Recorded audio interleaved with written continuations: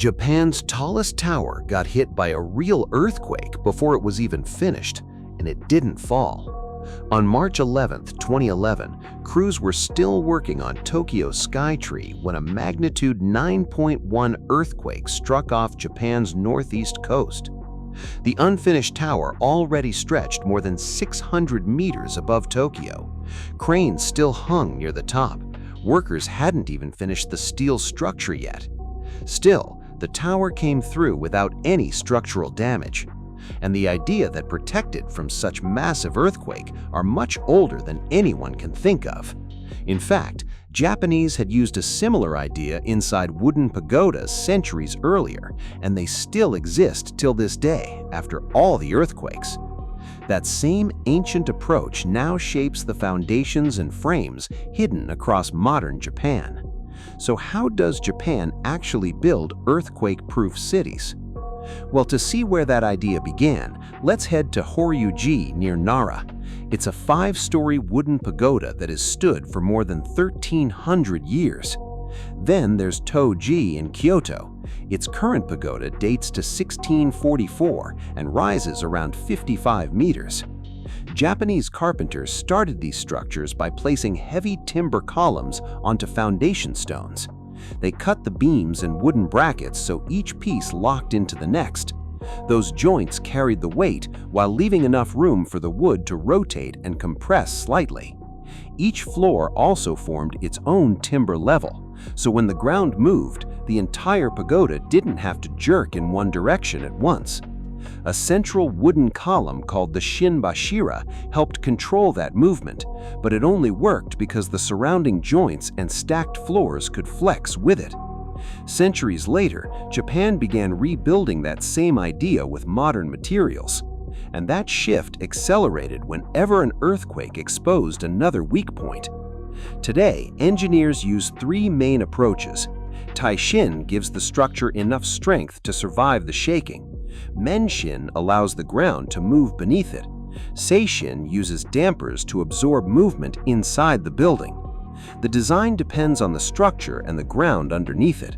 So before construction starts, engineers first need to figure out exactly how that site could shake. That usually starts with a drill rig. At a site like Tokyo Skytree beside the Sumida River, engineers drill boreholes and pull long soil samples from different depths. They also lower instruments into the holes to measure groundwater. Soft clay can make the shaking stronger. Loose waterlogged sand creates another problem called liquefaction, where the ground temporarily loses strength and starts behaving more like a thick liquid. The building matters too. A low concrete structure reacts much faster than a tall steel tower, which may keep swaying long after the main shaking ends. For Japanese buildings over 60 meters, engineers create a detailed computer model and feed it earthquake motions from real records and future predictions. They watch every floor move inside the simulation. The results reveal twisting, floor movement, and the forces reaching the base. Only then can they choose the pile depth, bearing locations, frame design, and number of dampers before excavation begins.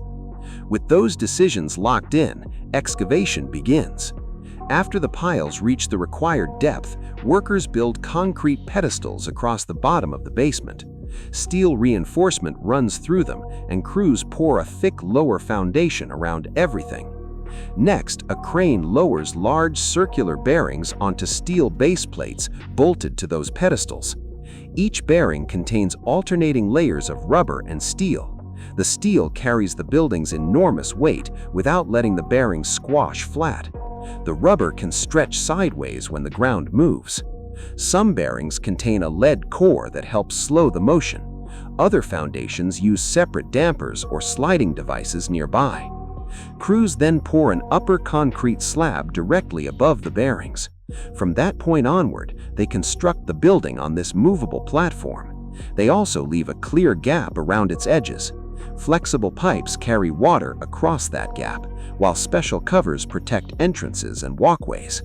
So when an earthquake shifts the lower foundation, the bearings deform sideways. The building above responds much more slowly. Hospitals often use this system because medical equipment, doors, and emergency services still need to work after the shaking stops. Above that moving foundation, crews begin raising the building's main skeleton. Workers first tie thousands of steel bars into cages for the reinforced concrete core. Large climbing forms wrap around those cages while pumps fill them with concrete. Once each section hardens, hydraulic jacks lift the forms to the next floor. At the same time, cranes raise factory-made steel columns and beams. Crews bolt some connections together and weld others before laying metal decking across the floor. They add more reinforcement, then pour the concrete slab. Those slabs connect the frame and spread earthquake forces across each level. Engineers also keep the columns and heavy sections arranged as evenly as possible. If one side carries far more weight, the building can twist around its center during a quake. Diagonal braces help control that movement. Engineers design certain beam connections to bend before the main columns suffer serious damage. Japan calls this approach tai-shin. The frame may flex, but it keeps the building's weight traveling safely down into the foundation. Once that skeleton rises, crews can install the devices that slow its movement. These devices look more like industrial machinery than parts of a skyscraper. Inside selected sections of the frame, crews pin large oil dampers between the beams. When one floor shifts, a piston moves inside the damper and forces oil through a narrow valve. That resistance slows the motion, while the fluid turns a small amount of the earthquake's energy into heat. Some buildings also use steel dampers. These pieces flex repeatedly so the main columns don't have to absorb as much force. Near the roof, engineers can install something much heavier. Take the 210-meter Shinjuku Mitsui building completed in Tokyo in 1974. During a retrofit between 2013 and 2015, crews suspended 6 300-ton pendulums from its roof. They also installed 48 oil dampers inside the lower core. That added 1,800 tons above an existing office tower.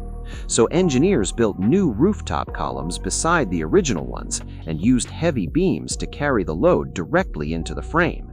This avoided major construction across the occupied office floors below.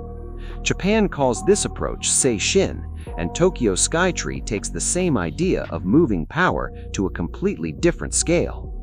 That completely different scale begins underground beside Tokyo's Sumida River. Construction on Tokyo Skytree started in July 2008. Engineers knew the soft surface soil couldn't safely carry a 634-meter tower by itself, so crews built huge wall-shaped foundations beneath its 3 main legs. These walls spread outward like flower petals and reach roughly 50 meters below the site. Additional underground walls descend around 35 meters and connect the 3 sides. Above ground, cranes lifted enormous high-strength steel pipes into place.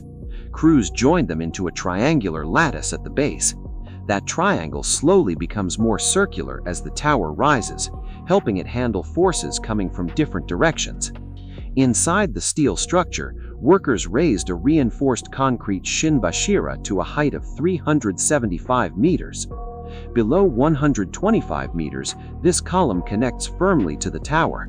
Higher up, the 2 structures can sway at different rhythms. Oil dampers between them control that movement and stop either section from hitting the other. When an earthquake pushes the steel tower one way, the concrete column can respond differently and cancel part of that motion. Tests suggest the system can cut the tower's overall sway by as much as 50%. So the entire Skytree doesn't sit on one giant rubber platform. Its deep wall foundations anchor the legs, while the steel lattice and moving central column handle the forces above ground. That worked for a tower designed from scratch. Across Tokyo, engineers also had to protect buildings that had already stood for decades. The National Museum of Western Art opened in 1959. Le Corbusier designed its concrete structure long before modern isolation systems became common in Japan. During a major retrofit in 1998, crews supported the existing building and constructed a new concrete mat beneath its basement. Then they inserted 49 high-damping rubber bearings between the old structure and the new foundation.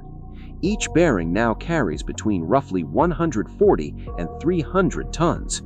The work separated the museum from future ground movement without changing its visible architecture. On other older buildings, crews bolt steel braces onto the exterior. They can also strengthen weak columns or open sections of wall to install dampers. Japan can't stop the ground from moving. Its engineers build that movement into the structure before the first floor even rises. That's how Japan creates cities that can shake without falling apart. And if you want more insane architecture and the hidden engineering inside megabuilds, subscribe to the channel. See you in the next video.